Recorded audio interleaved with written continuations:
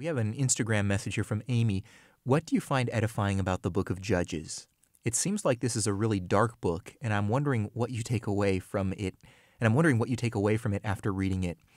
Amy, thanks for your question. I'll tell you one thing that I find really encouraging about the book of Judges, and that's a story of Samson.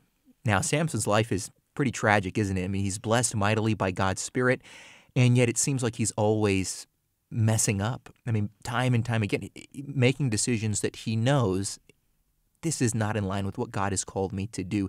Dumb mistakes, quite frankly. And then he's ultimately betrayed by his wife, which he should have saw coming, and then he's bound and killed. And so, that it is kind of a dark story, but in one sense, I think it can be really encouraging because you come to the New Testament, and the book of Hebrews is presenting all the faithful saints of ages past who walk with the Lord. And you know who's included?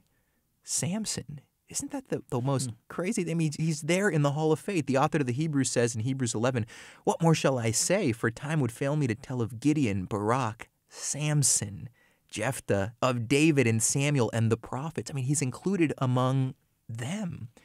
You think about that, at least for me, one of the things that this teaches, Amy, is that God uses people who make mistakes, even who blow it over and over Big again. time. Yeah, in the same way.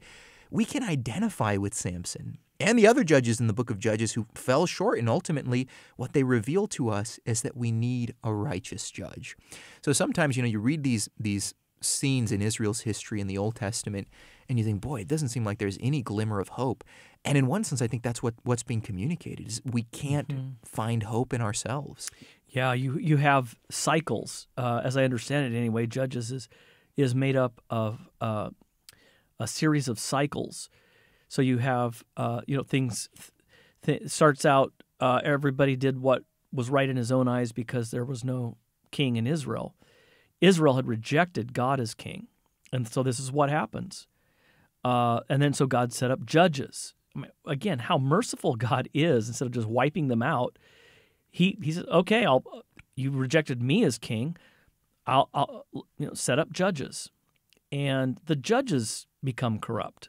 It starts out well, and then it doesn't end well. It's just cycle after cycle of, there he is. No, he's not the guy. So that you're longing for, no one will suffice but God as the king of his people. When will that happen? And so Judges prepares you, makes you long for the coming of Christ the King, the Messiah. That's in itself a good reason for having judges in the Bible. Yeah, that's right. And you think about just even the world in which we live today. You can look around and it oftentimes feels like, boy, this is a dark time. It doesn't seem like anything is going the way we would hope that it would go, and yet still longing for the fullness of the King's righteous reign. He's already reigning right now from heaven, Jesus.